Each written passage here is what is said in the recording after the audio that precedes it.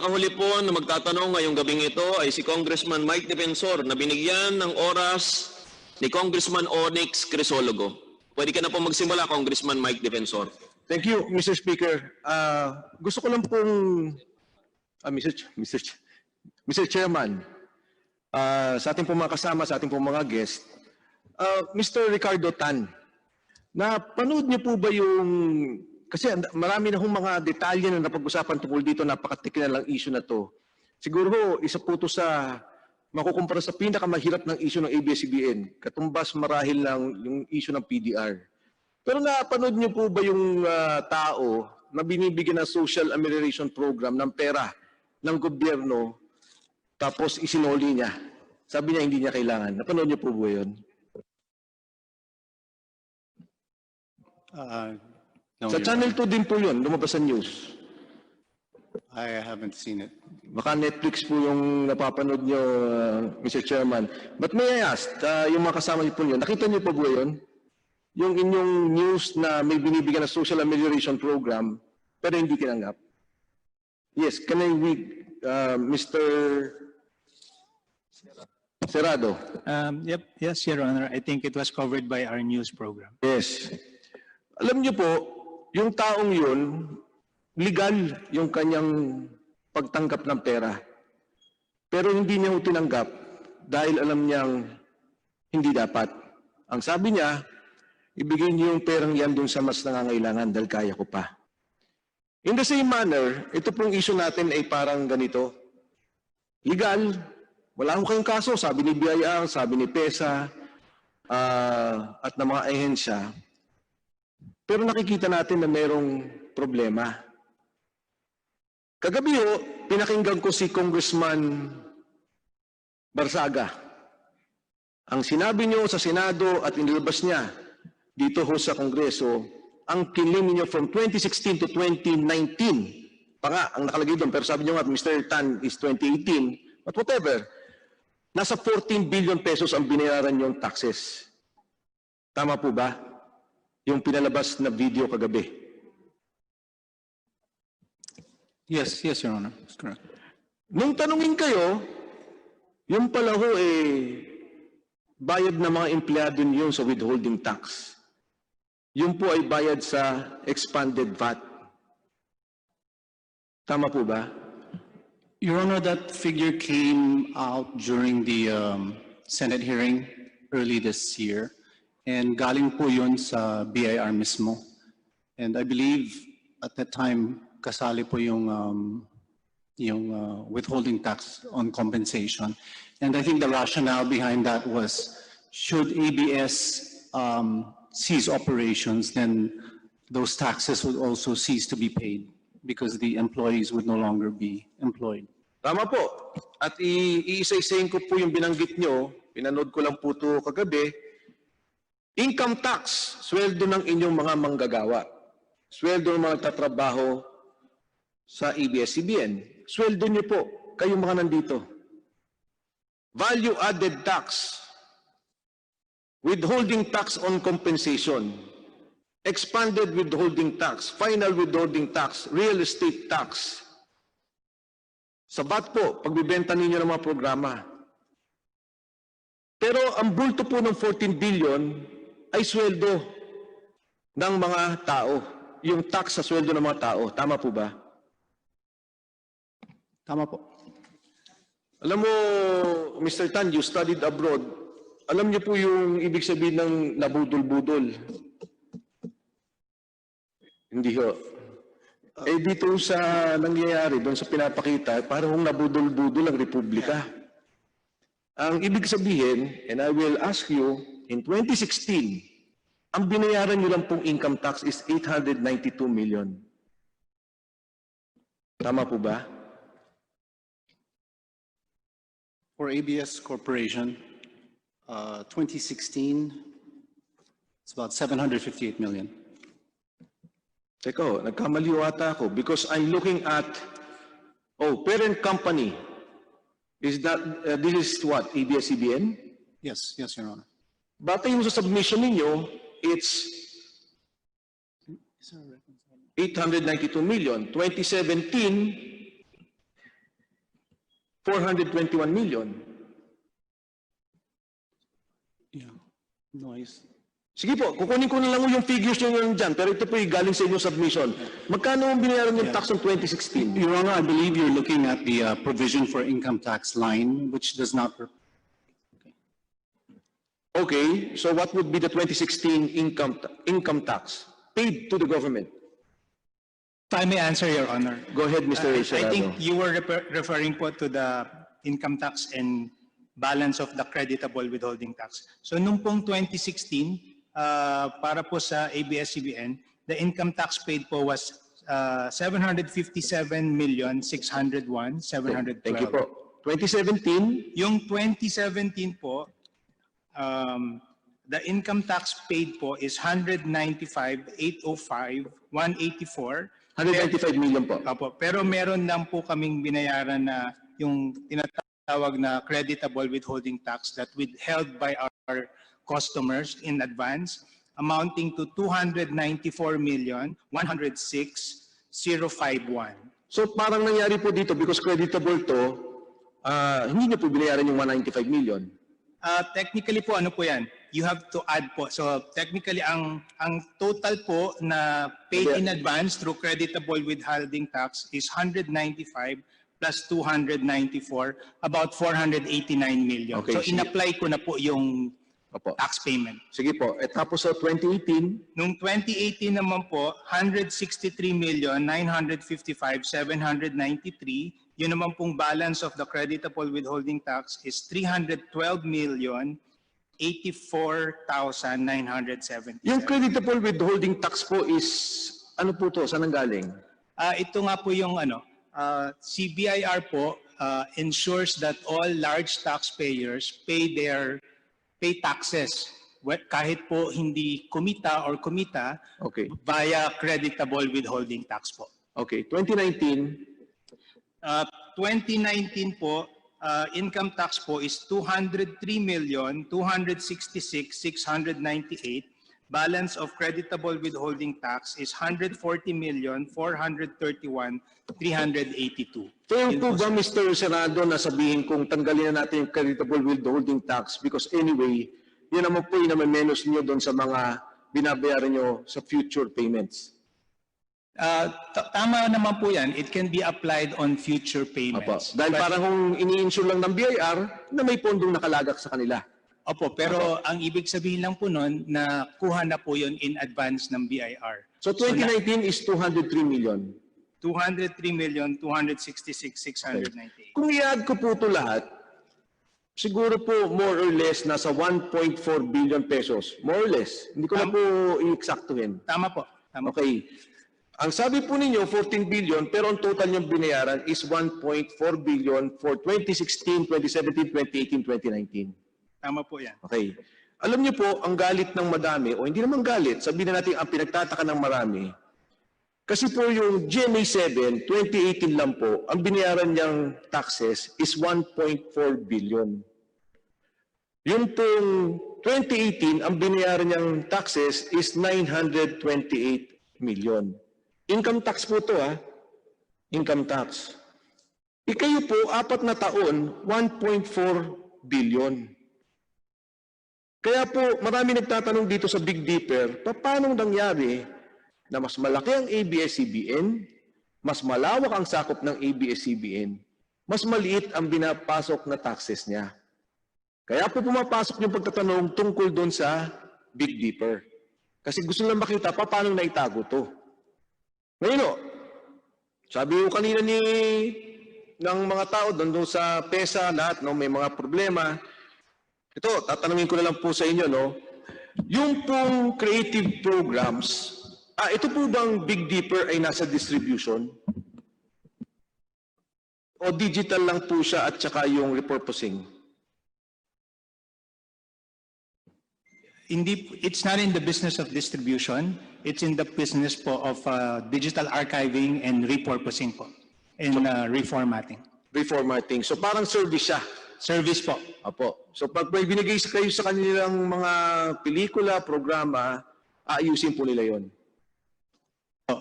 If I can give you po an example, para lang sige po po. mas maganda po When you watch po television sa Pilipinas, you see po our programs na nakahati-hati with commercials. So yan po yung gagamitin for outside. So they'll have to stitch it back in the TV format. And then, lilinisin po yan, depende po sa saan siyang pupuntuhan na bansa. Halimbawa, if it's going to the Middle East, there are certain restrictions po as to what can be shown on television. That has to be cleaned up in order for it to be aired. And after that po, it can be subtitled in the language or what do you call this? Dubbed in the same language. And then, iba pa rin po yung format from TV to mobile to ano. Yun po yung, and then archived po siya in digital so that you can actually draw it or get it at real time. Opo. Almost every year, ang binabayad niyo po dito sa mga ganitong trabaho is 3 billion. Tama po ba? More or less, 3 billion pesos. Yung from ABS CBN Corp po, it's about 838 million. I-combine na po natin kasi meron po kayong, tinanong na po ito kanina, merong creative programs, ABS CBN Film Production, Sari Manok. So meron pong ganyan. It's correct, Your Honor. It's about 2.6. 2.6 billion. Kasi ang pagkakalam ko, wala naman si GMA ng ganitong klaseng kumpanya, pero nagagawa nila ng mas mura. Of course, you argued earlier that, it's market price. But all I'm saying is, nagagawa po nila ng mura. Dito po sa inyo, 2.6 billion ang binabayad din nyo sa kumpanyang to. Your Honor, that's precisely one of the big differences between ABS CBN and GMA, although I don't really want to make comparisons, but we have a very strong international presence, Your Honor, and the Filipino channel, as you may know, is watched by millions of Filipinos. I think Mr. Tan, di ba, this is parang service siya, is that skill. So, you're saying this is better quality. Your Honor, what I'm saying is Big Dipper provides a service that enables the content to be played abroad in different formats, in different countries, in different languages, in Yes, okay, I different understand. platforms. Kumbaga hindi lang basta pagandahin, merong pang trabahong dagdag, dubbing, iba-ibang pag-aayos, may mga rules sa ibang bansa. So anyway, Mr. Chairman, if we can request GMA 7 to provide us data also on their repurposing and digitalization, Mr. Chairman, if I may request you. The committee secretary is directed to comply. Ngayon, ito pong ABS CBN Global, siya po yung nasa Cayman, nasa ibang bansa. Siya po yung nagbibigay ng mga distribution ng inyong international setup. Tama po ba? It's a holding company for our distribution company.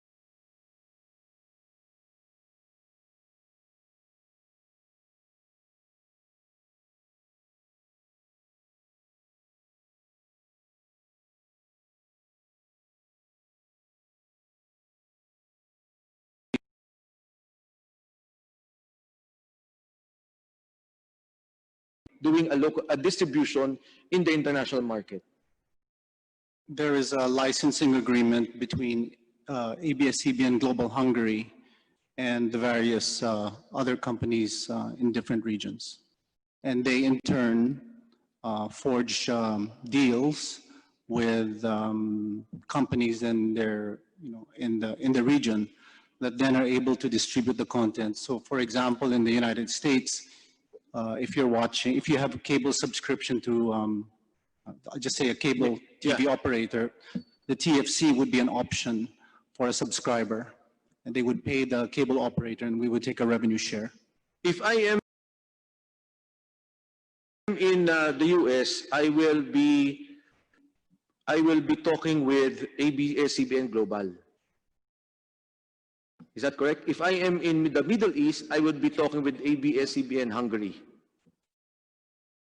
If I may answer po, if you're in the US, let's say you're like Direct TV in the US, which is a cable. Yung ano po, yung business model. Di ba ho? Meron kayong produkto dito. Lagay na natin ang probinsyano. ito po ba ay binibenta ninyo sa ABS CBN Global o binibigay nyo lang po sa kanya to distribute?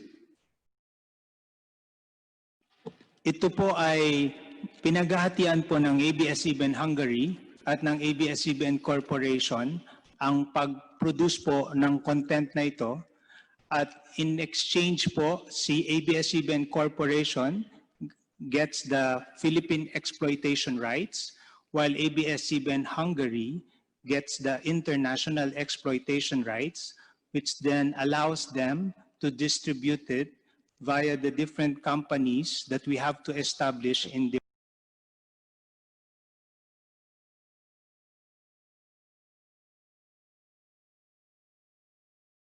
different countries po. Mr. Senado, papasimplihan ko para kasi medyo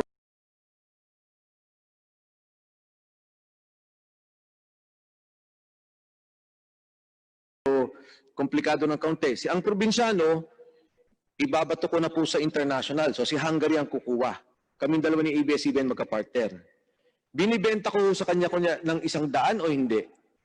O ano po, lisensya ba? Paano po? Yun po yung sinatawag ko na naghahati po sila sa production. So para pong negative licensing ang tawag. Okay. So yun po ay para po nag-equalize din po sila ng profit based on the revenue. So yun po Okay. yan. So kumikita po si Hungary, kumikita si local.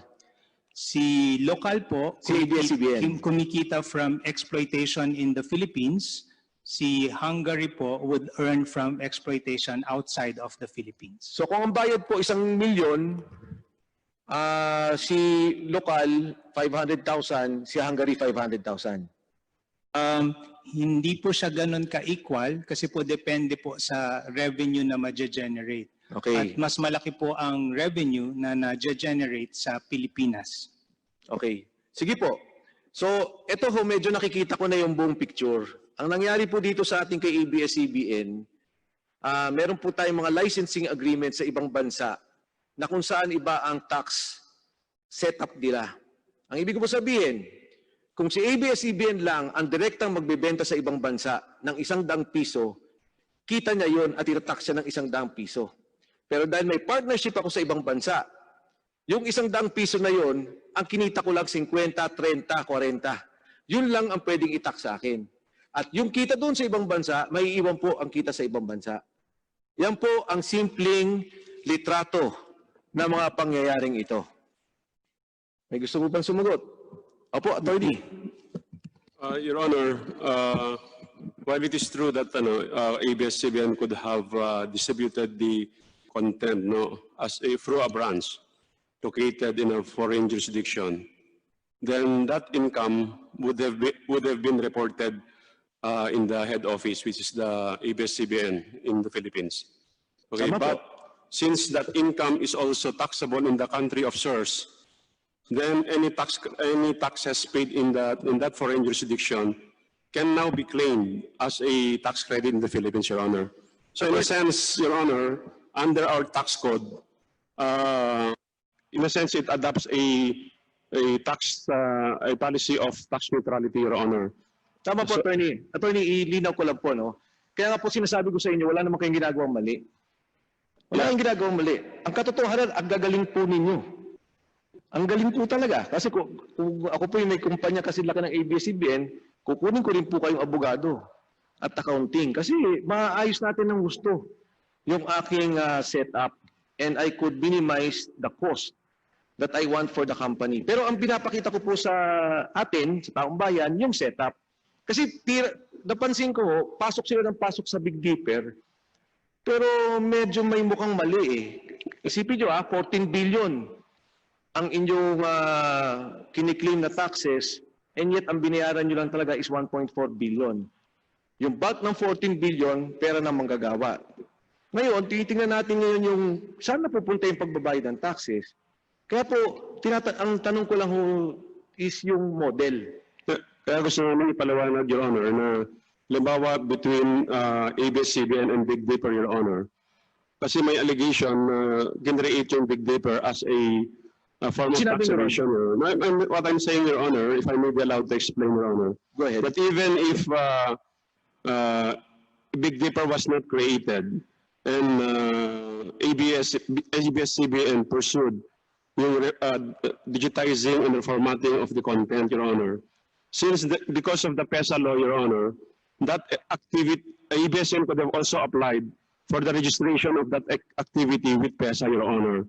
And therefore, it could have also qualified for the tax incentives provided by PESA, Your Honor. In other words, even without Big Dipper, ABS-CBN, after qualifying for PESA registration, would now be subjected to two tax regimes, 30% regular income taxes under the tax code for its unregistered activities, and the tax incentives provided under the PESA law for its registered activities, Your Honor.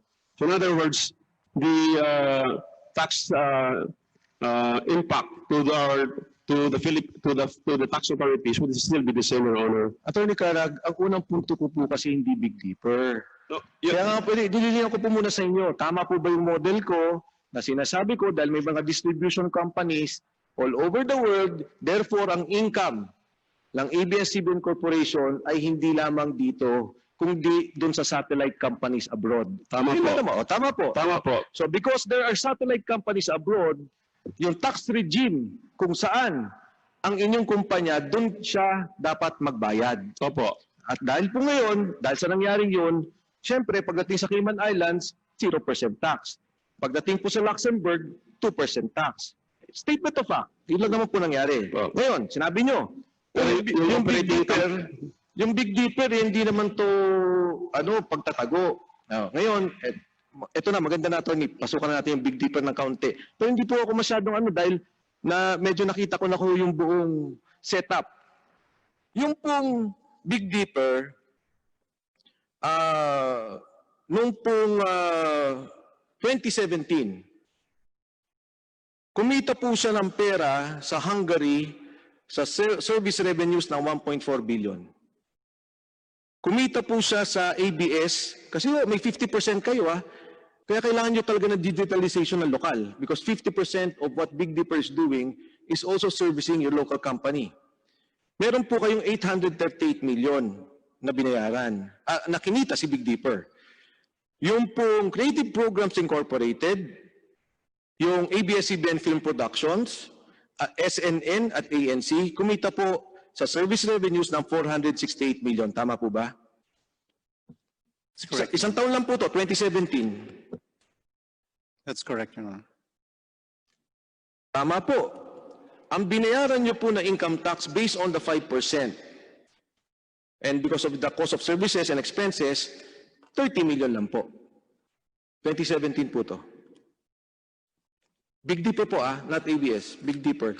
30 million. I have to check that figure, Your Honor. Okay, What I thank have you. is 119 million for 2018. 2017, sir. Mr. Tan, 2017 po. Anyway po, while you're checking, Mr. Tan, nag-cash dividends po kayo, cash dividends of 2.5 billion pesos. Okay, yes, Your Honor. Can I just answer? Ano? Your Honor, 2017, income tax paid by Big Dipper was 120 million. Income tax was 120 million. 2017. Minus na hulapat to deductible cost of services and expenses. Kasi ang nasa akin po 30 million. For 2017, Your Honor, Opo, 2017 the po. correct figure is 120.131 million. Yun po yung binayad in terms of income tax ng Big Dipper. Minus everything na po. Okay. Minus all the cost and expenditures. Those are the taxes that were remitted to the government. Okay, thank you. Yung cash dividends po was 2.5 billion. 2017 lang po, sir. Yes. Okay. Ngayon, gusto ko lang po ipaliwanag. Ito pong Big Dipper kumpanya ninyo. Dahil lahat po ng mga kumpanya ninyo nagpapagawa sa kanya. Yung bayad niyo po dyan, kita mo rin. Parang, kasi kumpanya mo rin naman yun in terms of the ABS-CBN family and the Lopez Inc. Corporation. So, ito pong kita nito ni Big Dipper, binigay naman ngayon sa ABS CBN Holdings. ABS CBN. Ito po, hindi natatax. 2.5 billion of cash dividends na hindi pwedeng i-tax under the law. Yes, Mr. Tan. O Mr. Serrado. If I can just po expound on what Attorney Carag said. If I can just put lang po Sir, a premise. ayun yun na po, di ba? Si Big Dipper, nagre-remit sa kanino ng cash dividends. Big Dipper remits cash dividends to ABS CBN Corporation Okay, because so it's intra-company 2.5 po. billion na binigay niya dito na cash dividends, hindi po siya na-tax. Tama po ba? But it's not subject to tax po because yung intercompany tax. Domestic corporation. Opo. So yan po yung isa sa mga problema na sinasabi ko, because if that income was ABS-CBN Corporation income, that would have been taxed. But because that money went to Big Dipper and Big Dipper gave cash dividends to ABS-CBN Corporation, there is no tax. If may I be allowed to make a comment on that statement, Your Honor? Sige po. Okay, Your Honor, kung gaya na sinabi ko, kung ang ABS-CBN ang nag-pursue ng kanyang business abroad, Your Honor, no? And then it could have also located in a special economic zone. And it would have been able to avail itself of the tax incentives, just the income tax rate 5%, Your Honor. If ABS-CBN established the same type of company in a different country, sabi No, what I'm saying, Your Honor, is that ABS-CBN does not need to create Big Dipper in order to register its activities in the ecozone, Your Honor. pwede po siya magtayo ng Big Dipper kahit hindi sa ecozone. Meaning the business can be pursued as a unit in the ABS CBN Corporation, Your Honor. Okay. So in other words, that particular activity can be registered under PESA, Your Honor. And after approval, it can now avail of the tax incentives. So in other words, it would ABS CBN. Attorney Carrick, I'm sorry, I don't get your point. Whether I'm in Makati and I register it at PESA, No. or I go to Cavite and I register it at PESA, it's still PESA. What we're talking about is the concept of PESA, not where it is located. Yeah, but the PESA, the incentives that ABS-CBN avail of is incentives granted by the PESA law, Your Honor. Yes, I agree. Okay, so because it was able to avail of that, what I'm saying is, Your Honor, even if Big Dipper was not created and no revenues flowed to Big Dipper, if ABS-CBN pursued the business by itself, okay, If then you have the building in Mother Ignacia and one of the buildings is PESA registered, you can do it the same without Big Dipper. no, in other words, in the present scenario, Your Honor, there are two entities, ABS-CBN Corp and Big Dipper. But it's possible to have just one entity to register in the ecozone, Your Honor. But there would be unregistered activities and registered activities, and only the registered activities would be entitled to the tax incentives.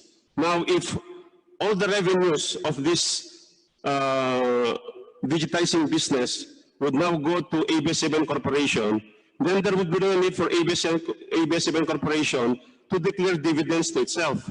Therefore, it's still being able to avoid the dividends tax, Your Honor. In other words, whether there are two... Attorney Carag, I think, I think you're trying to justify what's happening when I'm not even saying it's illegal. I'm not even saying it's illegal. Ang sinasabi mo sa akin ngayon, kahit na ginawa niya yun sa, kunyari gumawa lang siyang bureau, nag-digitalize sila, tama, in-enroll niya sa PESA, yung kita naman din nun, pupunta rin naman kay ABS-CBN. If I may clarify, sir, if it's okay. Pare-pareho naman tayo, yung Pilipino, ba't hindi tayo nagkakaintindihan? So, ganito lang po yung gusto. When this was registered in 2009 po, what was registered with PESA was the activity, hindi naman po yung entity talaga. So, it's the activity. So, during that time, ang PESA po, I don't know now, will give the company an option whether you do it as a division in ABS CBN or you do it as a separate company. What Attorney Carag was saying was, if it was made a division within ABS CBN, those activities would have enjoyed the same tax benefits po. It would have enjoyed the income tax holiday and also the 5% tax. May However, diferensya. however po, it's administrative nightmare. No, it's not. There's a difference. There's a difference. Kasi po, No, Attorney, magkakaroon po siya before you ng- continue, sagutin niyo lang po ako. Yung kinita dito kay Big Dipper, ginawa sa inyong cash dividends, wala kayong tax. Kung ito po ay division ng ABS-CBN at itong income na to ay ABS-CBN, meron kayong tax. Yes, Attorney Garrett. None, Your Honor, because the income generated by ABS-CBN from its registered activities would still be subject to 5%. Now, since the revenues are already with ABS-CBN, it need not declare dividends to itself Yes, exactly. But that would be subject to income tax. at 5%, Your Honor. What 5%? It's already with the company, with the mother corporation, ABS-CBN. Chairman because- Mike Defensor, because excuse the me, income- Attorney Carag, ang naiintindihan ko po sa sinasabi nila, in layman's term, pinayagan sila ng PESA na i-register yung activity, hindi yung business. Kaya yung activity na mag-e-export ka, ay talagang magbabayad lang sila ng 5%. Tama po ba?